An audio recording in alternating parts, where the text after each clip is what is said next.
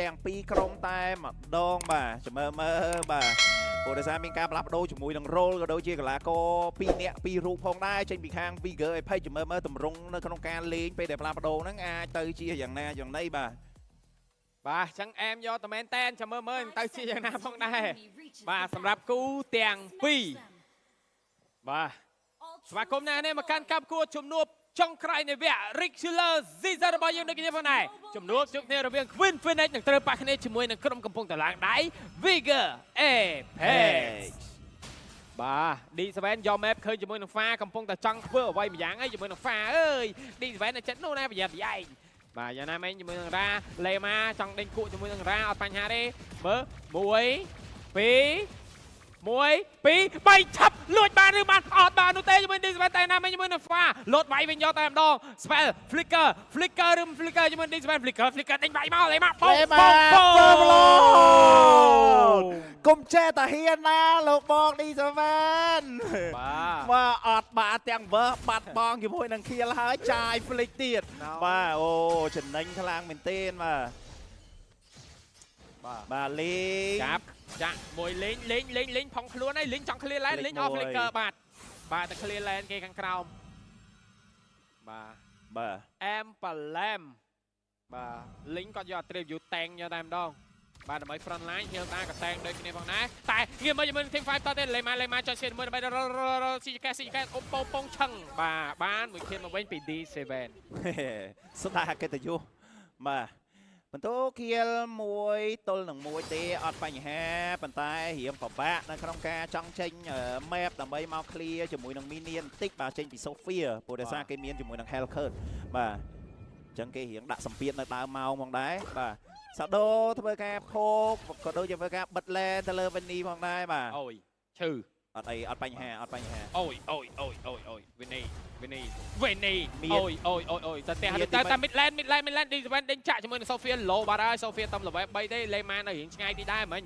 បាទយ៉ាងណាមិញជាមួយនឹង Fa ចង់លោតចាប់គេមួយយ៉ាងណាបាញ់ ulti មួយឈប់ជាប់ជាមួយនឹងលេម៉ាបោកវាយលេម៉ាយកតែមកតែអត់ដាច់នោះទេចុចឈាមមួយធ្វើប្រងើយបាទយ៉ាងណាមិញមើលជាមួយថតទីមួយនេះចូលចុះឬមិនចុះចង់ធ្វើអ្វីយ៉ាងពី Queen Phoenix រក map D7 មិនទាន់ឃើញទេ D7 កំពុងតែបិទ map ចាំមើលជាមួយនឹងការលួចឬមួយយ៉ាងណាដែរតែឆេដើរបើក map ឃើញគេ2នាក់ហើយ target ឃើញ2នាក់ហើយលោតស្គីទី2វាយវាបោកឆេឬបោកអត់មានអ្នកបោកទេលេម៉ាចង់បិទ backline តែណាមិញជាមួយការលោត map បាត់បង់ជីវិតជាមួយនឹងឆេ D7 ត្រូវបាន Sophia វិញលេម៉ាដេញ lock ជាមួយនឹងរ៉ាអូយអត់មាន damage ទេដេញកាប់ស្តាញ់ជាមួយលេម៉ាខុសបាត់ទៅហើយ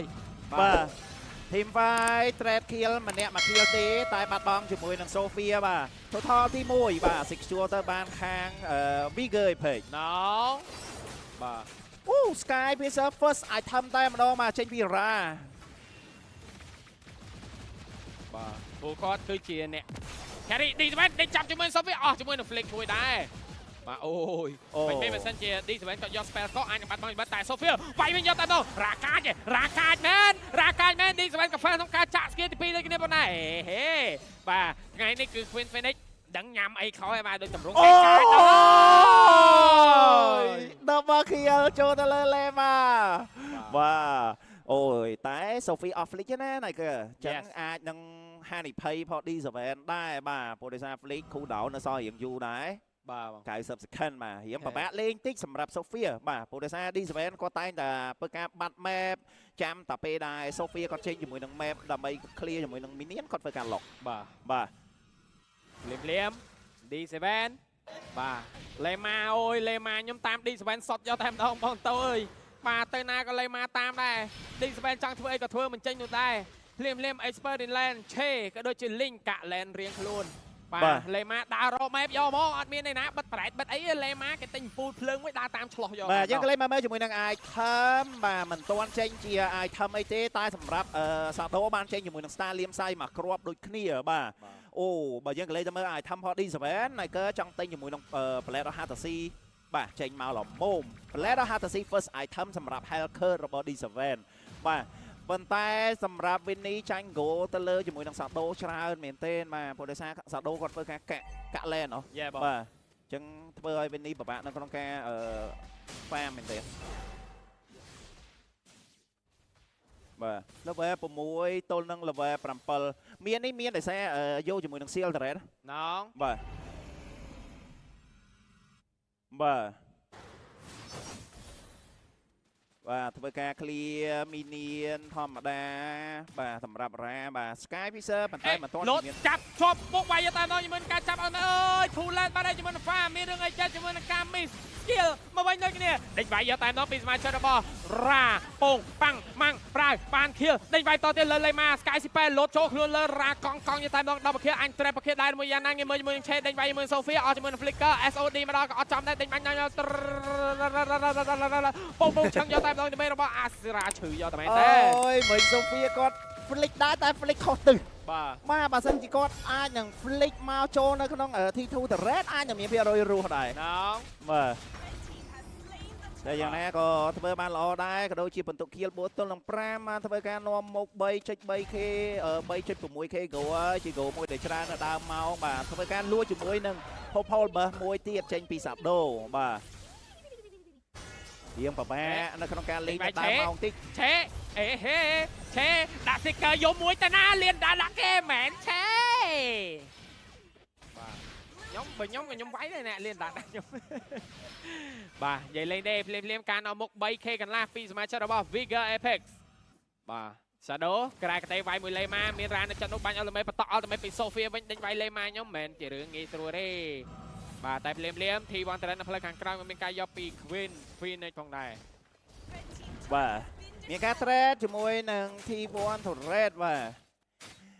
អូ Brute Force ចូលទៅលើខ្លួនលេងបាទលេងអត់ទាន់ដាច់ទេបាទអញ្ចឹងមិនសូវជាបញ្ហានេះដែលបញ្ហាជាងគេនោះគឺ Vinny ជាមួយនឹង Sophia បាទគឺរៀងពិបាកបន្តិចដែរបាទ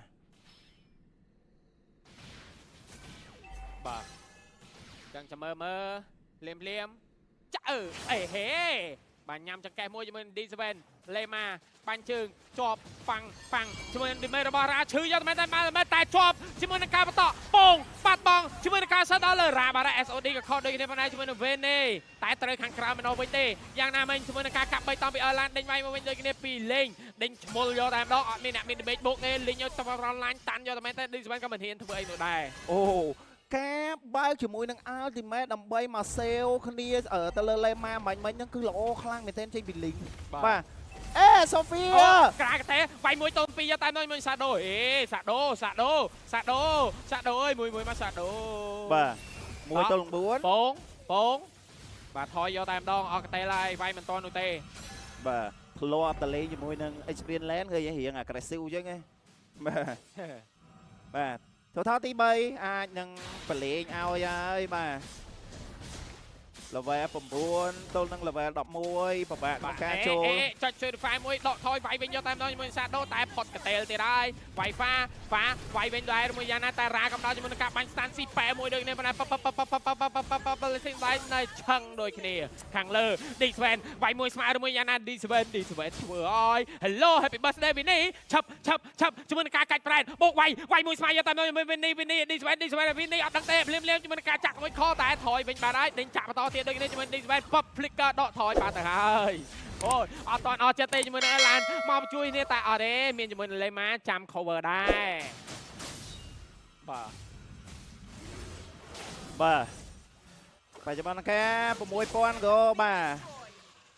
យូណូហ្វការយកជាមួយនឹង T2 the red នៅខាងក្រៅមកហើយបាទ farm ពិបាកនៅក្នុងការ farm ខ្លាំងមែនទែនបាទT2 នេះគួរតែប្រឡែងបាទគួរតែប្រឡែងឲ្យទៅខាង Bigger ទៅបាទព្រោះដោយសារបច្ចុប្បន្នការ main damage ផងពួកគាត់ទាំង Benny ទាំង Sophia អត់ទាន់មានជាមួយនឹង damage ទេបាទបាទអេ D7 ហក់ខុសមើលជាមួយនឹង link ខាងក្រៅតែស្គីជាមួយដើម្បីដកថយផងដែរមានការគប់ចកាជួយគ្នាផងដែរពី Vinny បាទអូយបាទរៀងបបាក់បាក់តនុបនេះឯងព្រោះចេញ map ទាំង3ផ្លូវគេវាយទាំង3ផ្លូវយកតែម្ដងពីសមាជិករបស់ Vigor Apex បាទឆេដើរបាក់ map បាទធ្វើអត់ចេញទេ 6k lit បាទវាយ Vinny អូយ Vinny អត់តមាន debate ទេ Vinny មួយស្មើតែណាមិនជាមួយនឹង Fa ធ្វើមួយរឿងចាប់តែណា debate ណាមិន debate មិនដឹងទេមានការ shot ដល់លើ Erland តែអាចគេវាយវិញយកតែម្ដងពីសមាជិករបស់ Vigor ឬមួយយ៉ាងណាដែរតែគេមួយ D7 ដេញចាប់ជាមួយ Lema ឃើញសាដូក្រាកតែវាយខាងលើខាងក្រោមនេះក៏វាយខាងលើនោះក៏វាយបាទយ៉ាងណាមិនដែរដកថយបានតែ Vinny សោះម្ដាយអូហូយបាទដែរជាមួយនឹង Seal the red បាទហើយបាទចុំប៉ុន្តែមិនមានអារម្មណ៍ថា link នេះមែនតាន់មែនចង់ដឹងថាគាត់ពាក់ឲ្យធ្វើអីគេគាត់ចេញជាមួយនឹង Radiant Armor អូរខលមកមួយទៀតបាត់បាទមកដោយសារមិញរ៉ាឈោកបាញ់បាទរ៉ាឈោកបាញ់យូរខ្លាំងមែនទេមកបាទឡទី1 Holy Crystal ក៏បានចូលទៅលើខ្លួនសាដូដូចគ្នាផងដែរបាទយ៉ាសាដូបើកជាមួយនឹង Ultimate ចោលហើយនៅកន្លែងនេះបាទអញ្ចឹងឡនេះសាដូអាចនឹងអត់មានជាមួយនឹង Ultimate ទេប៉ុន្តែអីដែលសំខាន់សម្រាប់ Queen Finish របស់យើងអាចនឹងចង់ចូលទៅ contest អត់បាទ mini map បើសិនតែយើងមើលទៅមួយនឹង D7 អូយ D7 ធ្វើការពួនចាំតា surprise បាក់ទេនេះបាទ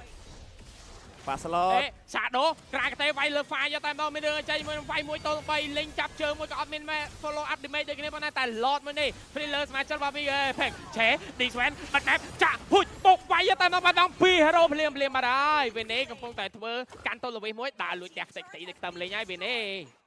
បាទចុំ Element សាដូលឿនមែនបាទមានអីបងហារ៉ាត់ចង់មកហើយបាទបុកវាយយកតាមដងតែអស់ម៉ាណាណា Shadow អត់ទេគាត់តែងសភៅទៅបាទ Shadow វាយតទៅអស់ម៉ាណា Shadow តែគេអាងជាមួយនឹង Purple Burst ម៉ាណារីចិនលឿនដែរបាទយើងកំលេចដែរជាមួយនឹង GT Pro 5G បាទ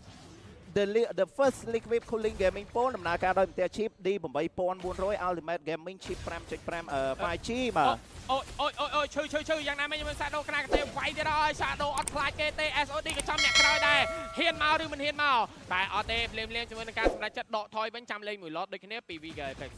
7k លីតយ៉ា 7k នេះរៀងយ៉ាប់បុកគេដែរ